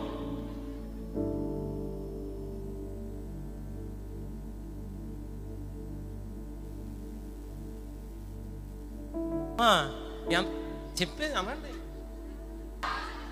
ఇదటు వెళ్ళిపోవాలమ్మా, ఇదటు వెళ్ళిపోవాలమ్మా. ఇది వెళ్ళిపోవాలి, అదటి వెళ్ళిపోవాలి. మన జేబులో ఏమీ లేదు, కానీ యేసయ్య జేబులో బోల్ అంత ఉంది. హల్లెలూయా, హల్లెలూయా, హల్లెలూయా. సరిహద్దులు విశాలపరిచయ్యా. ఇక ప్రార్థన మొదలెట్టాడు. అప్పటికే ఎబ్బేజ్ అన్నయ్యలు 2 అంతస్తులే. దేవుడు ఎబ్బేజ్ని ఎంత ఆశీర్వదించాడంటే 20 అంతస్తులు కట్టేశాడు. వాళ్ళ అక్క 2 ఎకరాలే, ఎబ్బేజ్ 20 ఎకరాలు కట్టేశాడు, కొనేసాడు. ఇక మొదలెట్టాడు ప్రార్థన. ప్రభువా అన్నాడు. ఏంటన్నా మరే మనం ఏ ఏరియాలో ఉన్నాం? Defence colony. ఎస్ రైట్ అని మోకాలు వేసాడు. ప్రభువా నాన్న పరలోకం వింటుంది. నాకు, మా అన్నయ్యలకి, మా అక్కలకి, అందరికీ డిఫెన్స్ కాలనీలోనే ఇల్లు, ఆస్తులు ఉన్నాయి నాయన. మరే నాకు ఫైనాన్షియల్ డిస్ట్రిక్ట్లో కూడా కొంత ఆస్తి కావాలన్నా. ఆమె నన్నరైంది. డైరెక్ట్గా అన్నయ్య దగ్గరికి వెళ్ళిపోయాడు. అన్నయ్య అన్నాడు. ఏంట్రా అన్నాడు. నీ డేట్ కావాలి నాకు అన్నాడు. ఎప్పుడు? నవంబర్ 1వ తారీఖు అన్నాడు. రిబ్బన్ కట్ చేయాలి నువ్వు అన్నాడు. ఎక్కడా? ఫైనాన్షియల్ డిస్ట్రిక్ట్ రావాలి. 100 కోట్లు అంటే అక్కడ. అయితే ఏమైంది? నువ్వే రిబ్బన్ కట్ చేయాలి వచ్చి అన్నాడు. అవునా చేసా అన్నాడు. కొనేసాను అక్కడ ఇల్లు అన్నా. ఎక్కడదరా? పరలోకం ఇచ్చేసింది అన్నయ్య. రిబ్బన్ కటింగ్ అయిపోయింది నవంబర్. మళ్ళీ మోకాళ్ళు వేసాడు. మళ్ళీ మోకాళ్ళు వేసిన తర్వాత, నాయన హైదరాబాద్లో ఇచ్చావుగా నాయన, ఇక్కడ చాలు కానీ అమరావతిలో కూడా ఒకటి రండి ఏదో ఒకటి గట్టిగా. మళ్ళీ వెళ్ళాడు అన్నయ్య దగ్గరికి. మళ్ళీ ఏంట్రా వచ్చావను కానీ మళ్ళీ డేట్ కావాలన్నాడు. మళ్ళీ ఎక్కడికి రావాలరా? ఈసారి అమరావతి రావాలా? అయ్య బాబోయ్ ఎక్కడదరా? ఎంత కృప చెప్పండి, గట్టిగా చెప్పండి. అందరూ చెప్పొచ్చుగా, గట్టిగా ఒకేసారి అనొచ్చుగా. పరలోకం అని అనొచ్చుగా. హల్లెలూయా. రిబ్బన్ కటింగ్ అయిపోయింది. మళ్ళీ మోకాళ్ళు వేసాడు. మళ్ళీ పరలోకం ఉంది. మళ్ళీ ఏం అడుగుతున్నాడు రా అని అనగానే, అదే అమరావతిలోకి కూడా ఇచ్చామట్టుగా, మళ్ళీ నెక్స్ట్ అటు ఇటు అవ్వచ్చు అంటున్నారు. విశాఖపట్నంలో కూడా ఒకటి ఏదో ఒకటి అనండి. మళ్ళీ అన్నయ్య దగ్గరికి వెళ్ళాడు. మళ్ళీ అన్నయ్య దగ్గరికి వెళ్ళి, అన్నయ్య మళ్ళీ అంటారు, మళ్ళీ డేట్ అన్నయ్య ఈసారి ఎక్కడ రావాలరా? ఎక్కడికి? విశాఖపట్నం వచ్చే అన్న ఆయన. మళ్ళీ మోకాళ్ళు వేసాడు. మళ్ళీ వెళ్ళాడు. మళ్ళీ అన్న ఈసారి ఎక్కడికి? కర్నూలు రావాలన్నయ్య. అమ్మ మీరు చూడండి, వాళ్ళ అన్నయ్యలు వాళ్ళ అక్కలు అందరూ డిఫెన్స్ కాలనీలోనే ఉన్నారు. కానీ ఎబ్బేసిన దేవుడు భారతదేశంలో ఏ మూలకెళ్ళినా ఆయన బ్రాంచ్ సంఘాలే ఉండేలాగా ఆశీర్వదించాడు. ఆయన ఆత్మీయ బిడ్డలే ఉండేలాగా ఆశీర్వదించాడు. ఆ మందిరాలు ఉండేలాగానే ఆశీర్వదించాడు. ఆమె చెప్పాలి గట్టిగా. దేవునికి స్తోత్రం కలుగును గాక. హల్లెలూయా, హల్లెలూయా, హల్లెలూయా. మొదటి ప్రార్థన అయిపోయింది. 2వ ప్రార్థన అయిపోయింది. ఇక 3వ ప్రార్థనకు అడుగు పెడతాడుగా. 2వ ప్రార్థనకి పరలోకం ఏం చెప్పింది చెప్పండి. ఇక 3వ ప్రార్థనకు అడుగు పెట్టాడు. చాలా ఇంపార్టెంట్ ప్రార్థన అది. ఆశీర్వదించబడ్డ తరువాత, సరిహద్దులన్నీ విశాలపరచబడ్డ తరువాత అప్పుడు అడుగుతున్నాను, నాయన నా చేతిని వదలొద్దు ప్రభువా అన్నాడు. విశ్వాసి చేయాల్సిన చాలా ప్రాముఖ్యమైన ప్రార్థన అండి ఇది. ఏంటి తెలుసా? ఆశీర్వదించబడ్డాక, సరిహద్దులన్నీ విశాలపరచబడ్డ తర్వాత నా చేతిని వదలొద్దయ్యా. చాలామంది అండి చాలా అవసరాల కోసం మందిరాలకు వస్తారు. వాళ్ళ అవసరాలు తీరగానే మందిరాన్ని వదిలేస్తారు, సేవకుని వదిలేస్తారు, సేవకుని కుటుంబాన్ని వదిలేస్తారు. వివాహం అవ్వాలని వస్తారు. ఆ దైవజనుడి కన్నీటి ప్రార్థన, దేవుడు వారిని దర్శించాడు. వివాహం అయిపోయింది. వివాహం అయిన తర్వాత మందిరం మర్చిపోయారు, సేవకుని మర్చిపోయారు. 31 ఏళ్లలో ఎన్నో అనుభవాలు ఇలాంటివి. గర్భఫలం కోసం మందిరానికి వచ్చారు. కడుపు కట్టుకుని రాత్రి నిద్రమాని చేతులు ఎత్తారు. దేవుడు ఆ కుటుంబాన్ని దర్శించాడు. బిడ్డలు పుట్టిన తర్వాత మరలా కనపడేలా, మళ్ళీ మర్చిపోయారు. ఎన్ని అనుభవాలు చెప్పగలరు అలాంటివి. అందుకే దావీదు ప్రార్థన చేస్తూ అన్నాడు, నాయనా నన్ను ఆశీర్వదించేసావు, నా సరిహద్దులని విశాలపరిచేసావు. ఇప్పుడు గనక ఒకవేళ నేను నీ చేతిని పట్టుకుని ఉంటే ఖచ్చితంగా నీ చేతిని నేనైతే వదిలేస్తా. నాకు వివాహం అయిందా? నీ చేతిని వదిలేస్తా. పిల్లలు పుట్టారా? నీ చేతిని వదిలేస్తా. అప్పులు తీరాయా? నీ చేతిని వదిలేస్తా. నా కార్యాలు జరిగిపోయాయా? నీ చేతిని వదిలేస్తా. నేను అనుకున్న పని అయిపోయిందా? నీ చేతిని ఖచ్చితంగా నేనే పట్టుకుంటూ వదిలేస్తా. అందుకే నాయన, నేను నీ చేతిని పట్టుకోవటం కాదు నాయన, నీవే నా చేతిని పట్టుకో ప్రభువా. ఎందుకో తెలుసా? యేసయ్య కనుక మనం చేతిని ఒక్కసారి పట్టుకున్నాడా, కరువైనా మనల్ని వదిలిపెట్టడు, కీడైనా వదిలిపెట్టడు, కరోనా అయినా వదిలిపెట్టడు. మరలా 2వసారి ప్రాణం పెట్టాల్సి వస్తే దర్జాగా పరలోకాన్ని వదిలిపెట్టి సిలువెక్కి మన కొరకు ప్రాణం పెడతాడండి ఆయన. నేను నమ్ముతున్నాను, ఈ యానివర్సరీ సందర్భంగా మన అందరి చేతులు పట్టుకుని బాబోతాడు. మనం ఒట్టిగా చేతులు ఊపుకుంటూ వచ్చి ఉండొచ్చు, కానీ వెళ్ళేటప్పుడు యేసయ్య మన చేతిని పట్టుకుని మనతో రాబోతున్నాడు. రెండు చేతులు పైకెత్తి మాట్లాడుదామా ప్రభుని? ఒక్క నిమిషం, ఒక్క 30 సెకండ్లు. ప్రభు నా చేతిని పట్టుకో ప్రభు. అందరూ స్వరం ఎత్తుతారా? నా బిడ్డల చేతిని పట్టుకో ప్రభు. నా ఆత్మీయ తల్లి తండ్రి కుటుంబ చేతిని పట్టుకోను ఆయన. అయ్యా నా మందిరంలో ఉన్న ప్రతి బిడ్డ చేతిని అమ్మా మాట్లాడాలి, మాట్లాడాలి ఇంకా గట్టిగా, ఇంకా గట్టిగా. నానా చిన్నపిల్లలు ఎవరి బిడ్డల స్వరం ఎత్త, నా చేతిని వదలొద్దయ్యా ప్లీజ్ అయ్యా, నా చేతిని పట్టుకోను ఆయన. అందరూ స్వరం ఎత్తండి. మా నాన్నగారి చేతిని పట్టుకో అయ్యా, మా పాస్టర్ గారి చేతిని పట్టుకో అయ్యా, వినపడాలి.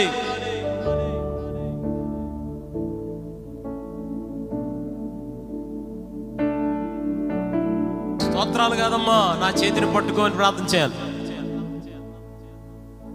మీరు అలా అడుగుతుండగానే చాలా మంది చేతుల్ని ప్రభు తాకుతున్నాడు. ఇప్పటికీ చాలా నష్టపోయిన చేతులు ఉన్నాయి. అమ్మ నీకు మాట చెప్పనా, మనం ఆరాధిస్తున్న దేవుడు నష్టపరిచేవాడు కాదు, మన చేతుల నష్టాన్ని పోర్చగలిగిన వాడు ఆయన. మీరు చేతులెత్తి నా చేతిని పట్టుకొని అడుగుచుండగానే మీ చేతులను పట్టుకుని దేవాదేవుడు కృప చూపించబోతున్నాడు. స్వరమెత్తి యేసయ్యా వందనాలయ్యా ఆమేన్. ఎబ్బేసుకి దేవుని చేతి బలం తెలుసు. ఒకరోజు దేవుడు ఫరో మీద తన వేలు చాపాడట. ఏం చాపాడు అనండి? ఎలా ఎలా ఇప్పటికే ఇలా ఏళ్ళు చూపించాడట. ఎవరికి? ఫరోకి. ఒక్క ఏళ్ళు చూపినందుకు ఎన్ని సావులు వచ్చేసినాయి? అన్నం తిందామంటే కప్పలా, నీళ్లు తాగుదామంటే రక్తమా, గాలి అంతా పేల, ప్రశాంతం పడుకుందామంటే ఒళ్ళంతా గెట్లా. అయ్యి బాబోయ్, ఇబ్బేసుకు అర్థమైంది. నాయన నీ ఏలులోనే అంత శక్తి ఉందంటే ఆ చెయ్యంతా నాదే అయితే ఎంత కృపతో బ్రతుకుతాను నాయన. అందుకే అన్నాడు, నీ తక్కువ కానీ బాహుబలం నాకు నాయన. అంతే, చేతిని పడేసుకున్నాడు దేవుడు. 3వ ప్రార్థన అయిపోయింది. 4వ ప్రార్థనకి అలా వెళ్తున్నాడు.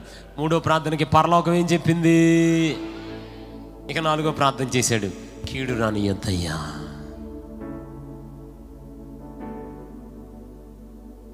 ఎంత ఆశీర్వదించబడ్డాక, సరిహద్దులు విశాలపరచబడ్డ తర్వాత, నువ్వు నా చేతిని పట్టుకున్నాక కీడు వస్తే అది అవమానం నాయన, కీడు రానియ్యొద్దు ప్రభువా. అందరు 2 చేతులు పైకెత్తారా? ఒక్క 20 సెకండ్స్ ఈ ప్రేయర్ చేస్తారా? నా కుటుంబానికి ఏ కీడు రానియ్యొద్దయ్యా. మేలు చేయవాడా, నా కుటుంబానికి ఏ కీడు రానియ్యొద్దు నాయన.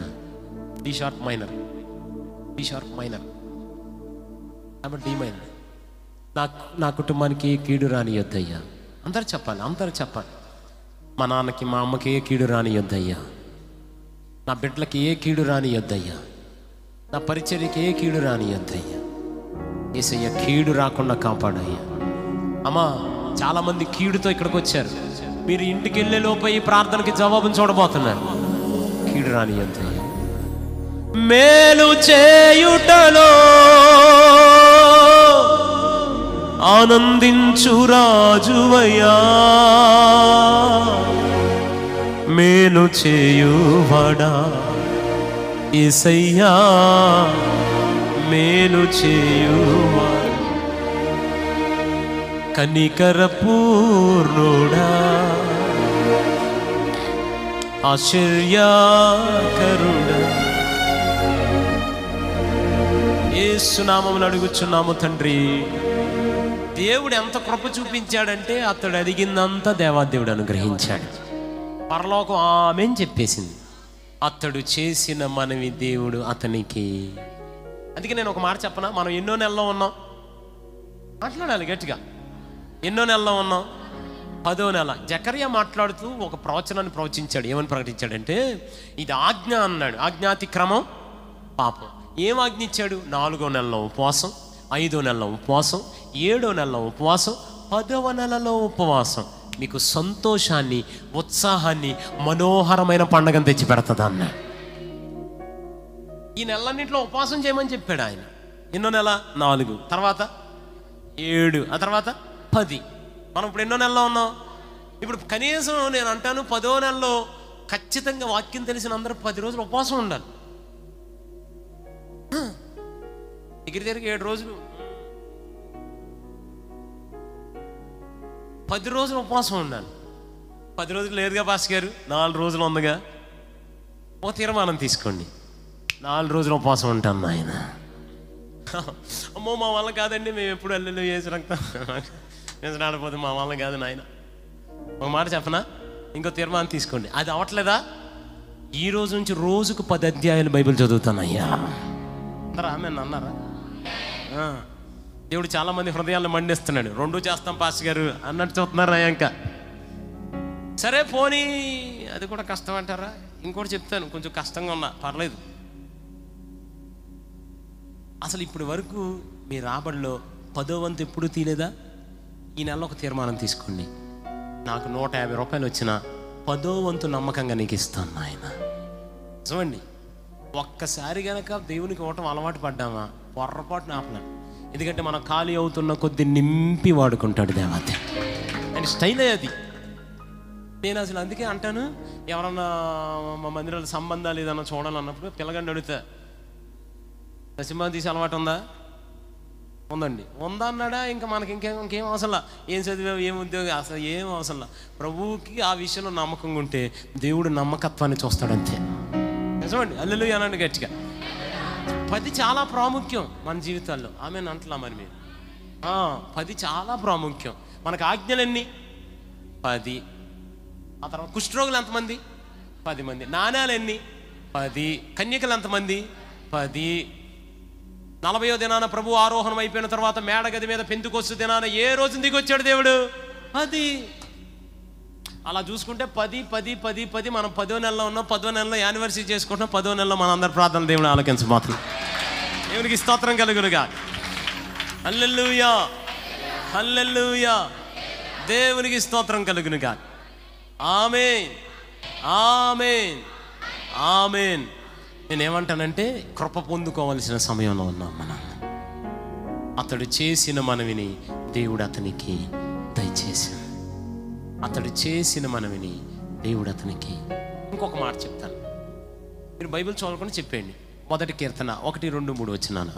దుష్టుల ఆలోచన చెప్పున్నాడు ఒక పాపుల మార్గం నిడుక, అపాసకులు కూర్చుని చోటుని కూర్చుని యెహోవా ధర్మశాస్త్రమును ఆనందించి దివారాత్మ దాన్ని ధ్యానించేవాడు ధన్యుడు. అతడు నీటి కాలవల యోరను నాటబడినది ఆకువాడక తన కాలమందు ఫలమిచ్చు చెట్టు వలె ఉండను. అతడు చేయునదంతయు, బాగా వినండి, అతడు చేసిన మనవిని అతనికి దయచేశాడు. ఇక్కడ 2 సార్లు అతడు దీన్ని ధ్యానం చేయగా, అతడు ఏది చేసినా దేవుడు సఫలం చేశాడు. ఈ ఇయర్లో మనం ఆశీర్వాదంతో పాటు తీర్మానాలు కూడా తీసుకోవాలి. అదే యానివర్సరీ అంటే. అందరూ సఫలం అవ్వాలన్నది దేవుడు మన పక్షాన్ని ఉద్దేశించిన తీర్మానం. మనం చేసినదంతయు సఫలమవును. ఆమేనండి. George bush చేసినదంతయు సఫలమవును. చెప్పండి, మీ పేరు పెట్టుకుని, మీ పేరు చెప్పుకుని చెప్పండి. కానీ ఈరోజు ఎక్కడ చూసినా ఫెయిల్యూర్స్. వ్యాపారం ఫెయిల్, చదువుల్లో ఫెయిల్, ఉద్యోగాలు ఫెయిల్, అన్ని విషయాల్లో ఫెయిల్ ఫెయిల్ ఫెయిల్ ఫెయిల్. మరి మనకు వాగ్దానం ఏమో మనం చేసిందంతా సఫలం. అందరూ కాదు, పైన ఒక కండిషన్ ఉంది. ఆ కండిషన్ ఏంటంటే, ఆ అతడు సక్సెస్ అవ్వాలంటే అతడే ఏం చేయాలంటే దివారాత్రులు పగలో రాత్రి పిచ్చి పట్టినట్లు దీన్ని ధ్యానం చేయటం నేర్చుకోవాలి. దేవునికి స్తోత్రం కలుగునుగా. హల్లెలూయా హల్లెలూయా, దేవునికి మహిమ కలుగునుగా. ఆమేన్. మీరు ఎప్పుడైనా జాన్ సి మ్యాక్స్వెల్ గురించి విన్నారా? విన్నారు sir? His most successful man ఇప్పుడు. కానీ ఒక విఫలమైపోయిన వాడు అతను అక్క అతను ఇద్దరు కలిపి ఒకే స్కూల్లో చదివేవాళ్ళు. అక్కేమో ఫస్ట్ నుంచి ఫస్ట్, మనవాడికేమో లాస్ట్ నుంచి ఫస్ట్. అంటే ఫస్టా లాస్టా? కొన్ని ఆనిముత్యాలు ఉంటాయి మన దగ్గర. హల్లెలూయా. ఏ ర్యాంక్ రా? లాస్ట్ నుంచి ఫస్ట్ అంకుల్. అవునా, సూపర్. ఈయన ఫస్ట్ అంటాడు, లాస్ట్ తిన్నావు. అంతమంది చెప్పినారే నువ్వు మొద్దు బాగా చదువుకోరా అంటే అనేవాడు, చదివేవాడు కాదు. ఒకరోజు ఎవడో అన్నాడు, హృదయంలో బాధ వచ్చింది. నేరుగా అక్క దగ్గరికి వెళ్ళాడు. అక్క, ఇంత బాగా చదువుతున్నావు కదా, నన్ను అందరూ తిడుతున్నారు, మొన్నటిదా పట్టించుకోలేదు, బాధ వేస్తుంది, ఎలా చదవాలి నాకు కూడా చెప్తావా అని అనగా, మనమైతే ఏమంటారు, తీరా లెక్కలు పుస్తకం తీ అని అంటాం. కానీ అట్లా చెప్పలే అక్క. అక్కలకి కొంచెం ప్రేమ ఎక్కువ, అందుకే అక్కలు ఉన్న వాళ్ళు అదృష్టవంతులు. చూడండి, అక్క ఏం చెప్పింది సార్, నాన్న ఓ పని చేయండి. ఏంటి మమ్మీ అన్నాడు. ఏంటి అక్క అన్నాడు. రోజు ఉదయాన్నే సామెతల గ్రంథం చదివి అని చెప్పింది. ఎన్ని అధ్యాయాలు ఉంటాయి? 31. రోజుకు ఒకటి చదివినా పుస్తకం నెల చేసేయచ్చు. పొద్దున్న లేచాడు, ఇష్టం లేకపోయినా చదివాడు, మొదటి అధ్యాయం అయిపోయింది. రెండో రోజు రెండో అధ్యాయం, మమ్మీ హార్లిక్స్ తెస్తుంది, తాగట్లా. ఏంట్రా తాగో, బైబిల్ అన్నాడు. మళ్ళీ బూస్ట్ తెచ్చింది, తాగవిన్నానా, సామెతలు మమ్మీ. రాగి జావ తెచ్చింది, తాగరా, జెప్టోలో ఆర్డర్ పెట్టాను, సామెతలు అంటున్నాడు. మొత్తానికి 4 రోజుల్లో సామెతల పుస్తకం అయిపోయింది. రెండో నెలకి వదలట్లా, ఎందుకంటే రుచి అర్థమైంది, దేవుని వాక్యంలో రుచి. జుంటె తేనె దారాల కన్నా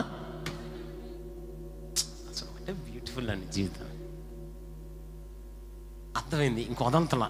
రెండో నెల కూడా చదివాడు. 3, 4, 5, 6 నెలకు వచ్చేసరికి amplified translation, the passion translation, king James version translation, new king James version translation, ఇలా 4-5 ట్రాన్స్లేషన్లో చూడకుండా అప్పచెప్పేస్తున్నాడు సామెతల గ్రంథం.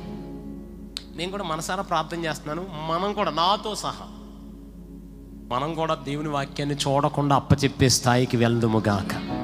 ఎందుకో తెలుసా, చాలామంది అంటున్నారు మీ చేతుల్లో బైబిల్ లాగేసుకుంటాం, కాల్ చేస్తాం, అది చేస్తాం, బైబిల్ కనపడక. నేను అంటాను కాల్చుకో, లాక్కో, ఏమన్నా చేసుకో. ఎందుకంటే మన చేతుల్లో బైబిల్ లాక్కోగలరు, కానీ మన హృదయంలో దాగి ఉన్న దేవుని వాక్యాన్ని ఎవరు బయటకు తీలేరండి. దేవునికి స్తోత్రం కలుగునుగా. అది ఎవరి తరం కాదండి. 7వ వారం మొత్తానికి 7వ నెల పరీక్షలు రాశాడు. అమ్మ మీరు నమ్మండి, ఆయన కోసం చదవండి. 7వ నెల పరీక్షలు రాయగానే ఇప్పుడు లాస్ట్ నుంచి ఫస్ట్ వచ్చేవాడు, ఫస్ట్ నుంచి ఫస్ట్ వచ్చేసాడు. 8వ నెల ఫస్ట్, 9 ఫస్ట్, 10వ నెల డౌట్ వచ్చింది ప్రిన్సిపాల్కి. అసెంబ్లీలో ఉండగా అందరి ముందు ఎగతాళి చేస్తే, ఎరా ఎవరిదానో చూసి రాత్తనా అన్నాడు. ఈయన కోపం వచ్చి ఎందుకు కష్టపడుతున్నాడు కదా, దగ్గరికి వచ్చి అన్నాడు, మరి నీ చదువు మీద నీకు అంత నమ్మకం ఉంది, అందుకే నేను దాన్ని నమ్మకాలా, నేను రోజు బైబిల్ చదువుతున్నాను, నేను సక్సెస్ అయ్యాను. కోపం వచ్చింది ప్రిన్సిపాల్కి. ఈయన్ని ఎలాగైనా ఇబ్బంది పెట్టాలని ఫైనల్ ఎగ్జామ్స్ అందరూ క్లాస్ రూమ్స్లో రాస్తుంటే ఈయన మాత్రం గ్రౌండ్లో రాపిస్తున్నారు. కొన్ని ఆనిముత్యాలు ఉంటాయి మనలో కూడా. వాళ్ళు ఏంటంటే గ్రౌండ్లో రాపిస్తారు పరీక్షలు, నాతో సహా. హల్లెలూయా అనండి, దేవునికి స్తోత్రం చెప్పండి. హల్లెలూయా. అందరూ చూస్తున్నారు, రాసేస్తున్నాడు, ఊరికే క్వశ్చన్ పేపర్ ఎక్కిచ్చేస్తున్నాడు అనుకున్నారు. పరీక్ష పేపర్లు పైకి వెళ్ళాయి, రిజల్ట్స్ వచ్చాయి పేపర్లో. ప్రిన్సిపాల్ అందరికి పాస్ అవుతామా లేదా అని భయం, ప్రిన్సిపాల్కి ఆడు తప్పుతాడా లేదా అని. పేపర్ తెప్పించినాయి, ఫెయిల్యూర్ దానిలో నెంబర్ ఉందా లేదా చూడమన్నాను. వాళ్ళు చూసి అన్నారు, లేదు సార్ అన్నాడు. 3rd క్లాస్ వచ్చిందండి చూడండి, 3rd క్లాస్లో కూడా లేదండి. 2nd క్లాస్ లేదండి. ఫస్ట్ రాడే చూడండి, ఫస్ట్లో కూడా లేదండి. అసలు పేపర్లు పంపారా కాల్ చేశారా అనుకున్నా. సాధారణంగా ఆ కాలంలో డిస్టింక్షన్ కాలం ఒకటి ఉంటుంది, టాపర్స్, అందులో రాడ్లే అని అనుకునే ఊరికే చూడండి ఎటుపోయేటవుతుందో అని ఆ టాపర్స్ దానిలో చూస్తే, అమ్మ మీకు వచ్చింది తెలుసా, ఈసారి స్కూల్ ఫస్ట్ కదా ఏకంగా టౌన్ ఫస్ట్ వచ్చేసాడండి Johnson. Still he is alive, 77 years old man. ఒక విఫలమైపోయిన వాడు ఈరోజు ఒక సక్సెస్ఫుల్ మ్యాన్.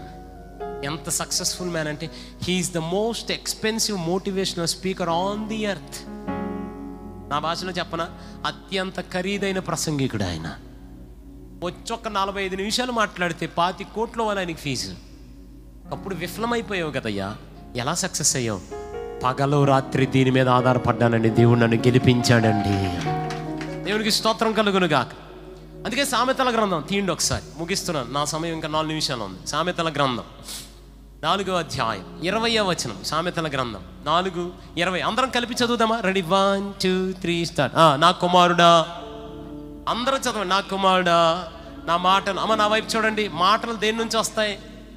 నోరు నుంచి. సో రెండోది, నా వాక్యములకు నెంబర్ 1 నోరు, నెంబర్ 2 చెవి. ఆ తర్వాత 3వ మాట, నీ కన్నుల ఎదుట నుండి ఫేస్బుక్ని తొలగిపోనీయకము, ఇన్స్టాగ్రామ్ను తొలగిపోనీయకము, రీల్స్ చేయటం ఆపకము, దాన్ని షేర్ చేయటం ఇంకా తీవ్రంగా స్పీడ్గా చేయము అని ఉందా?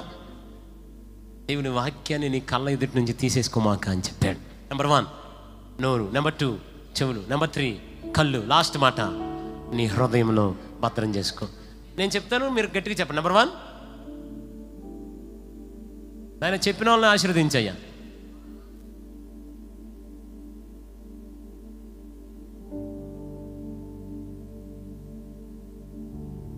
ఈ 4 నిండా దేవుని వాక్యం ఉంటే మనం ఏది చేసినా అందులో సక్సెస్ అవుతాం.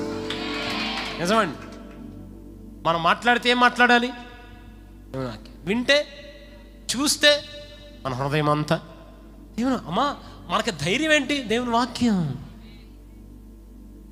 మన డిగ్నిటీకి కారణం ఏంటి? దేవుని వాక్యం. రేపొద్దున ఇంటికి అప్లోడ్ వచ్చేస్తాడు, ఇల్లు వేల వేసేస్తారు, మన పరిస్థితి ఏంటో ఏం అర్థం కావట్లా. అయినా ఇక్కడికి వచ్చేసాం, చప్పట్లు కొడుతున్నాం, ఆమె నామే నన్ను హల్లెలూయా స్తుతి మహిమ అన్నాం, పరమజీవం నాకు అని పాటలు పాడుతున్నాం, మేలు చేస్తాడని పాడుతున్నాం. భయం ఎట్లేదా? లేదు.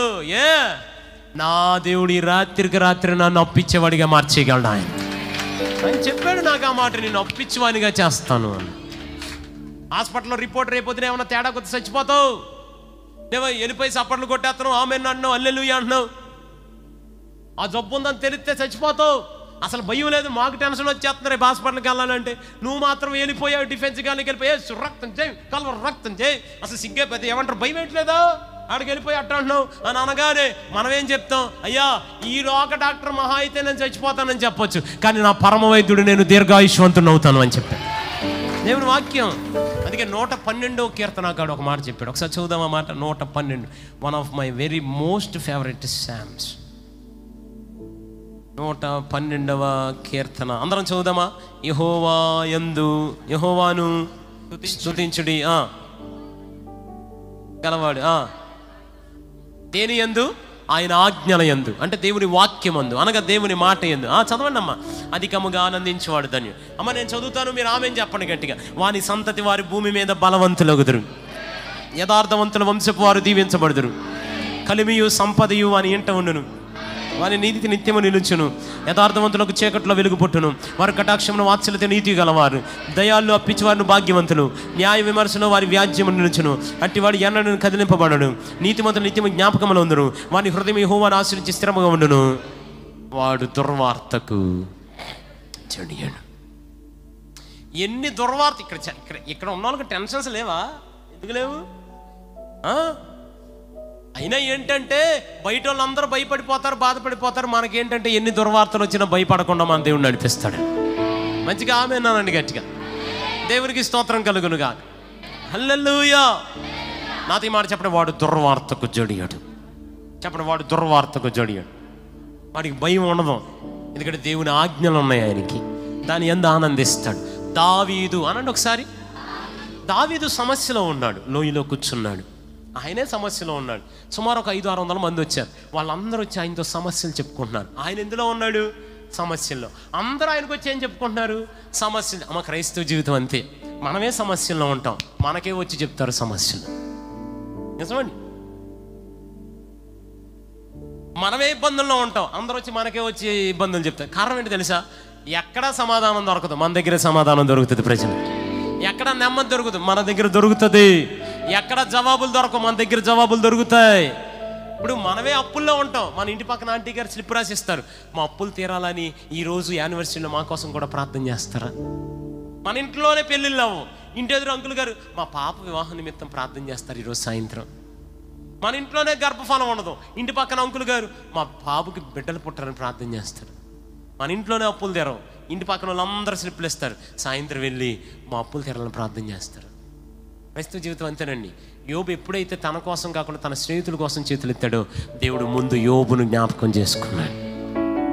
అందరూ వస్తున్నారు, దావీదు దగ్గరికి వస్తున్నారు. అయ్యా మాకు ఇల్లు లేదయ్యా, యేసు నామములో నీకు ఇల్లు వచ్చేయును గాక.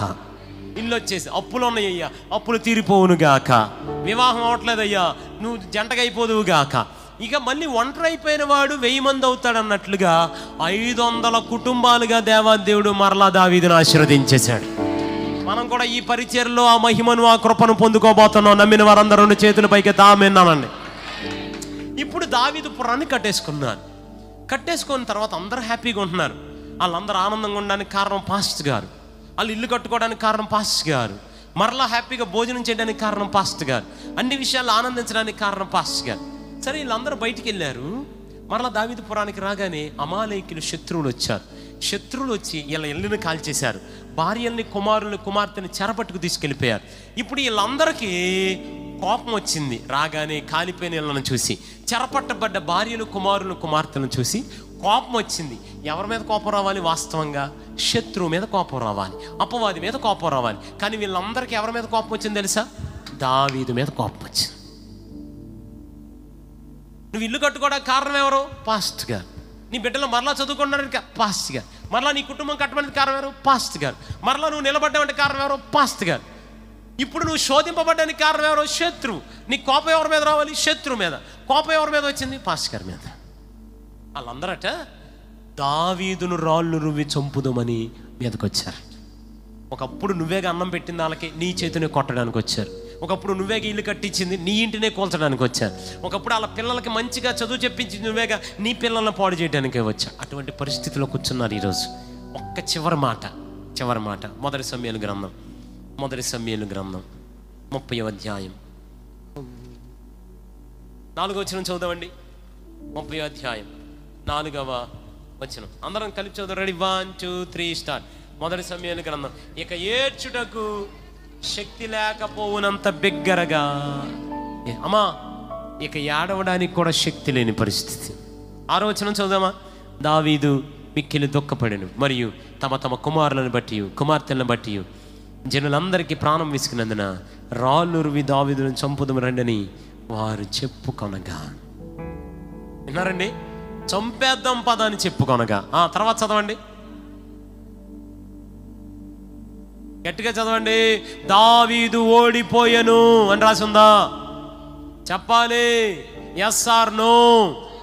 దావీదు పారిపోయెను. Yes or no?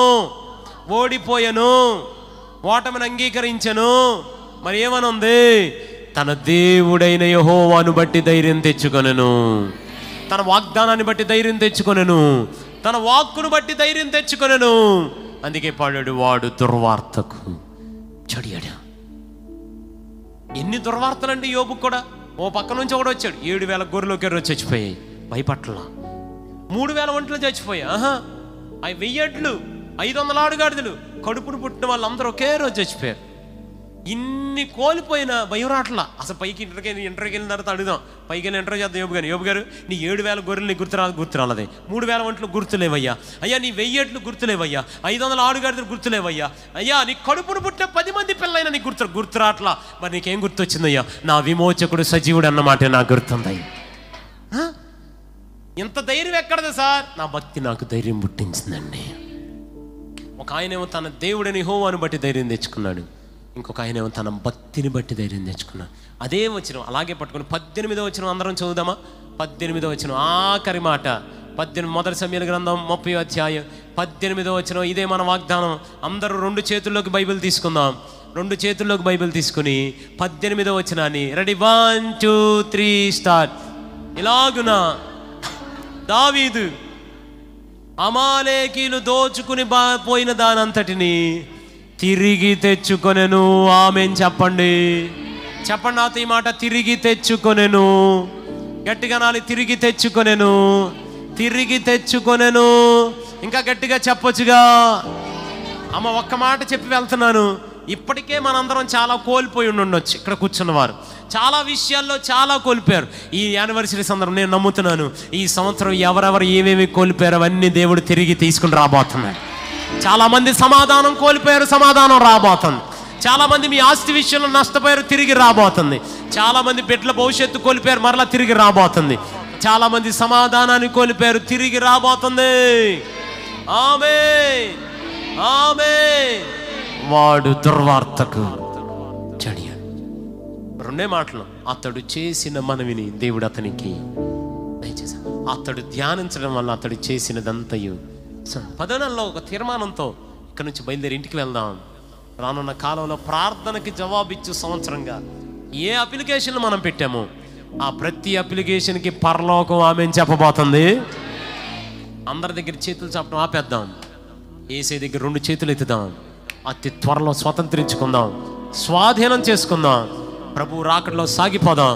ప్రభు 2వ రాకడ పర్యంతం జరగబోతున్న ఈ గ్రేస్ మినిస్ట్రీస్ పరిచర్లో పాలు పంపులు పొందడానికి ప్రభు నాకు ఇచ్చిన అవకాశాన్ని పట్టుకునే ప్రభుని స్తుతిస్తూ ప్రభుకి వందనాలు చెల్లిస్తున్నాను.